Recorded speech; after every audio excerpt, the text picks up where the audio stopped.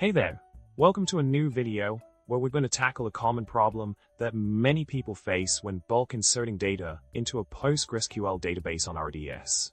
The issue is that the process is taking longer than expected, causing some frustration along the way. Let's dive into the solution now. The key to optimizing the data insertion process lies in the way we structure the SQL query. By using the provided code snippet, which involves inserting data into the addresses table from a temporary table, temp_addresses, ordered by the address field, and handling conflicts based on the address column, we can significantly improve the efficiency of the insertion process.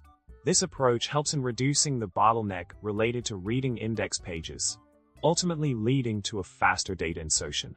To wrap things up, optimizing the data insertion process is crucial for maintaining a smooth and efficient workflow.